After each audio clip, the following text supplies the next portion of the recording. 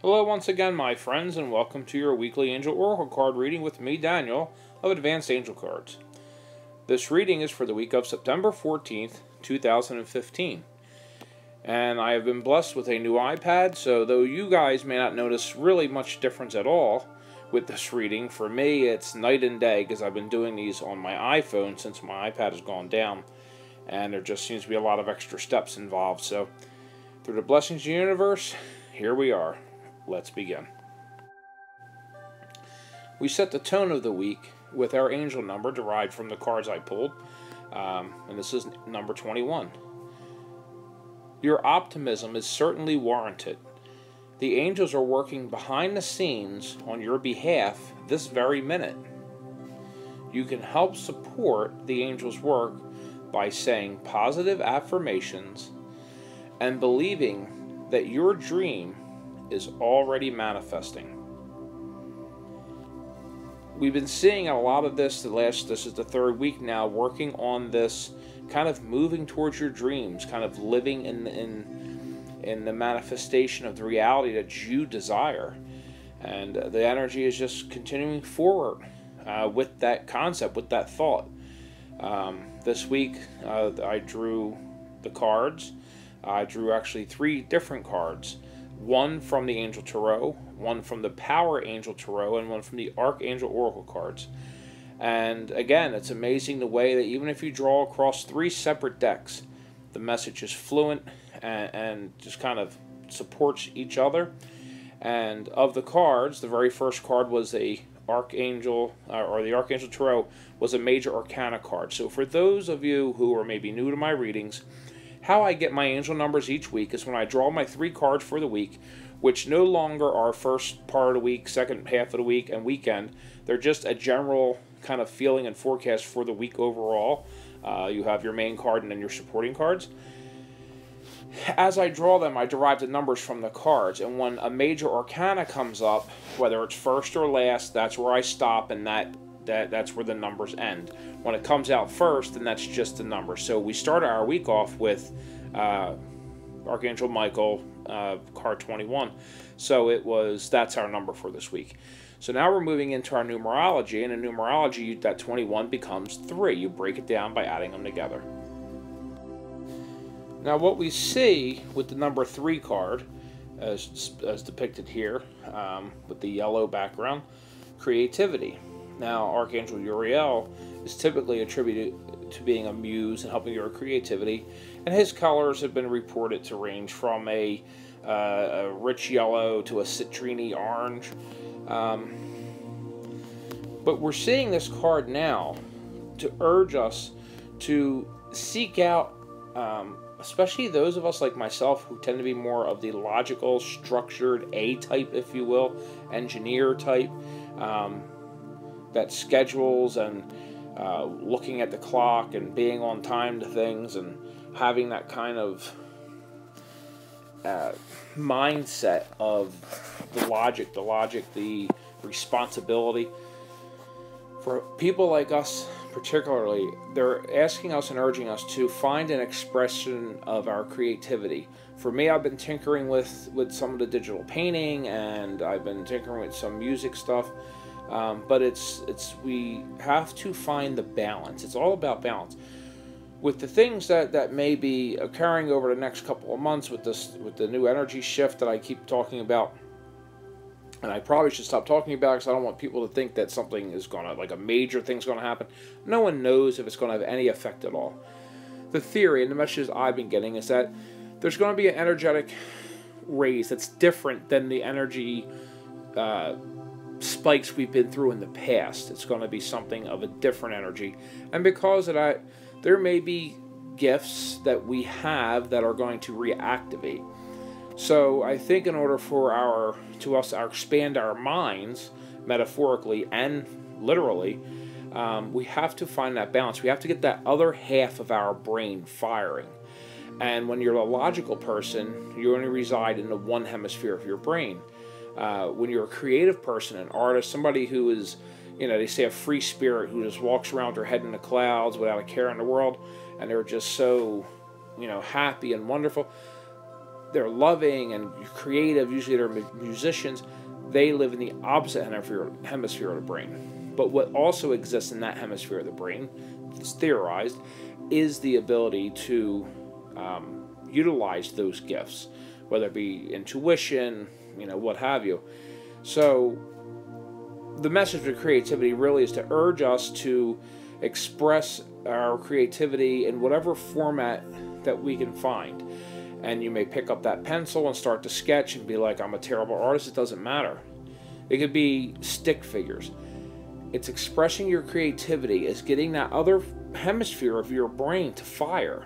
And in doing so, it's exercising it. And, if you go to a gym after, January 2nd and you start to work out, by the time December rolls around, if you stuck with it, you would realize you're lifting a lot more weight. You're running on the treadmill for a lot longer.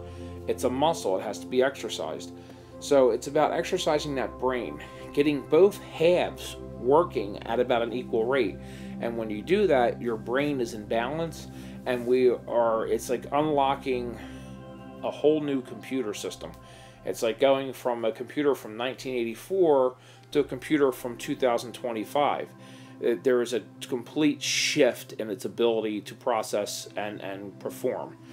So that's really the message of creativity. It's something that I feel is needed for us to evolve and utilize and take advantage of all the shifts that are occurring around us all the time, but it's something different seems to be happening at this point in time. So I think it's critical. So that's the message they're sending us. Do with it as you will. But the key to it is that creativity is a key that's going to help unlock the door to everything they've been telling you about, to start your new future, to drop what no longer serves you, and these opportunities are coming. The creativity, I feel, is the key that's going to help unlock the door to those opportunities. Okay, so the main card we see for the week it's a major arcana. A major arcana deals with, life changes, as opposed to the minor arcana, which is the day-to-day stuff. So the main reading for the week here, we see 21, the World, Archangel Michael. This card is the final card in the Dreamer's Journey, Fool's Journey in traditional tarot. And this is where the dreamer has gone through all the stages and has now achieved mastership, and the world is at his disposal. And the card reads, a job well done, joy, contentment, and gratitude, the path towards enlightenment. And again, this is what just keeps coming up in the cards, what keeps coming up in the messages. It's about kind of being right with yourself, living in that sense of joy, living in your authentic self with gratitude and love for all things, and that is the path towards enlightenment. So that would be the literal translation of this card. What I feel this card is telling us on a more intuitive level is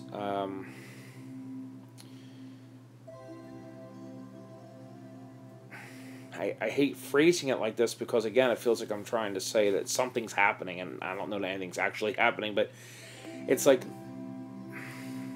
we're achieving for the first time in human history. We seem to be achieving a level to where we are the world, not separated by differences, not separated by cultures, not separated by languages. But I feel that as we move as a planet, as a world, as a civilization, into this evolution, where we embrace love, and we embrace just the desire to be, and to recognize who we are, and what we are, and why we are, will enable us to achieve a level of consciousness where we are a world united. Ronald Reagan once said in one of his speeches, he was addressing, I believe, Gorbachev from at the time, the Soviet Union, and he had used a kind of an example of if aliens came to the planet tomorrow to attack us or to take over, how suddenly there would be no borders, there would suddenly be no wars. We'd be one united front defending our planet, our race, our civilization as a unit. Something to that effect. It's not necessarily verbatim, but that's where I feel it's like we need to be. I feel that this card is showing us that we have the opportunity now, and it doesn't seem like it would happen so overnight, but I feel it is there. It's there. It's within our reach to grab. And if every single person who wants to see that change starts with themselves and makes that change, in themselves, to choose love over hatred, to choose acceptance over judgment, I believe we can quickly unify as the world. And I just feel like intuitively that's what they're sending me for this card. And it's the motion, it's that forward motion that we are being propelled in right now, and it's positive. It's all very positive. It just seems scary because we don't know, but it's not. And we have to really take the time to just lift our heads up out of the fog we walk around in, and start to take notice and start to offer a helping hand or give a smile to somebody. You don't have to go out of your way. It doesn't have to cost you anything. Just put out that loving energy. Be a beacon of delight, and that's how you can serve in your time, in the place you're in right now, without a building, without a book, without a group. Just be the lighthouse of love and joy and compassion. And you can serve man better than any pastor, better than any guru, better than any self-help book you can buy. Just be. Next up, we have Page of Gabrielle. It's a court card, which would be the higher cards or face cards in a deck of cards, because it is a court card of this particular suit, the suit of Gabriel, which I believe is the staves.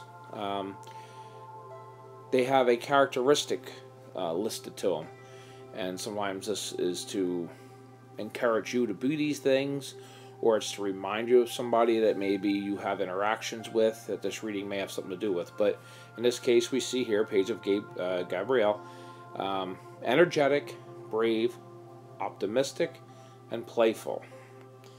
And the card reads, "Follow your passion. You are ready for any challenge. Opportunities for excitement and adventure."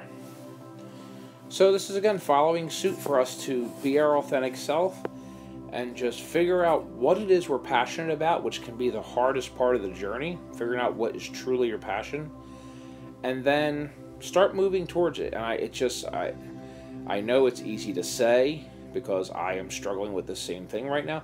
It's so easy to say, it's so easy to hear the message and speak the message, but then it's harder because we sit back and we think, well, yeah, where is that money coming from? Or, well, if I just do this, how am I going to pay my bills? It's scary. It's scary, and it's part of our programming, and it's part of our human nature. But you know what? Maybe to follow your passion, it doesn't mean you have to quit your job right now. It just means that you are setting the course for a change in the future. Again, sometimes you can be the best of service at the place you work. It's about revisualizing your job and understanding that you have a higher purpose. But regardless of our jobs, passion, that goes back to the creativity. It's about living in your joy, expressing your passion with love and gratitude, and we can achieve the highest level that we're seeking, that we've spent so many years seeking. It's right there at our fingertips. And the trick is that following your passion, living within your joy, and existing in a vibration of love and gratitude, and it's there. And again, we're seeing opportunities coming up again. So keep looking for those opportunities. Don't have a definition. I know I've said that 1,000 times, but it's very important. It's come up earlier today in a different reading. Don't worry about what it's supposed to look like. Just be mindful and understand and recognize and ask for help. Ask your angels to help you see the opportunities in case they're subtle. But just be on the lookout. The opportunities are coming for all of us to step into a situation that is more suited to us, our needs, and our frequencies. And we round out the week with Gifts from God, Archangel Sandalphon. Now this card, I think I mentioned it already, but this card is from just the Archangel Oracle deck. The last card, the Page of Gabriel, was the Archangel Power Tarot, and the first card, Michael 21, was from the Archangel Tarot, or the Angel Tarot, which is my favorite. So we see Gifts from God, Archangel Sandalphon. We angels bring you gifts from your Creator. Open your arms to receive. I've been mentioning, and again, here I am repeating it probably for the 7th time this reading alone, about I believe, and the messages that I have been receiving seem to be that we are going to be growing within our own bodies, kind of transforming and letting our light being, our soul, shine through more. And when we elevate spiritually like that, it is only natural for our gifts, our abilities, whatever you want to call them, our psychic abilities to unlock or magnify or what have you. So as these things are happening, you're watching this video, you're probably already slightly intuitive, or you understand intuition and you have an interest in this type of stuff. It may not be such a shock to your system, but as light workers, which we all are, if you're watching this video, you're a light worker, and that's why you're interested. It's our job to help those who don't understand. If suddenly they wake up and they're hearing a voice, or they're seeing energy, or they're seeing past loved ones who may not have ever understood it, or expected it, or knew about it, or whatever, it's going to be a shock to their system. So as off-putting as it may be for us to start rapidly expanding our psychic kind of arsenal, our portfolio, if you will, for some people it's going to be a shock to the system, whether they were non-believers or they just never gave it much thought. Some people may start to develop stuff and be upset, and this is where we have to look for opportunities to serve them, to serve those who seem lost and don't understand what's happening to them, if in fact they do have an experience. This is where, if you happen, I'm not a fan of just going up to strangers. You see people on these TV shows do that and just start, your dead grandfather's here with me and he has a message for you. Like, I understand it's reality TV and there's not a lot of reality on reality TV, but I do feel that, before you were to say something to somebody, you should be someone in their life that has the right to say something to them, more or less. You've been a friend for a while, or you've worked together, or you have a personal relationship. It's not somebody who just lives up the block that you see on Christmas at the parade, But again, that's your all individual choices. But when you see somebody that you know and you're familiar with and they're struggling, you can just, they're not being themselves, something's on their mind, reach out and be that shoulder for them to lean on, give them a hand, give them some advice, maybe touch base with them in a gentle way, and try to get them up and kind of understanding, where they're at. Because this is all part, some of the greatest gifts that God has given us is our ability to have compassion. Compassion is one of the greatest gifts, that God has given us. And that's, people love to quote religious texts of their different religions, and that's one of the concepts that's in every religion, is that God has given us compassion. And that's something that you don't really see too often in nature as it occurs on this planet. You don't see, certainly there are some species who mourn their dead, but then there are species that would walk past a creature that may be, in our human terms, their cousin, and just keep on walking. The compassion doesn't necessarily exist in nature. That's been a gift that's given to us. So exercising compassion towards your fellow man, and being that shoulder and being that pillar and that lighthouse. I keep getting that image in my head, the lighthouse, the beacon, is going to be important right now. And that is one of the gifts that God has given us, and it's almost our responsibility to exercise it. So I know these last few readings have gone a little long. I apologize about that. I'm hoping you're still enjoying them and my babbling isn't boring you. I would love some feedback on how you feel about these last few readings. I'm trying to get back into it now. I got the new iPad, which is going to make things a lot easier. But please feel free to comment or drop me a line, or even just hit that like button, just so I know that you guys are getting something out of this, that it's meaning something. And it's not that it matters to me personally. I just want to make sure it does, but I don't have a vested personal interest in it. Because that would be like egotistical. It's more about, I want to make sure that it's a reality check for myself that I'm staying on track here, and I'm not just babbling and trying to explain stuff in a way that maybe I don't need to. Maybe I'm over explaining things.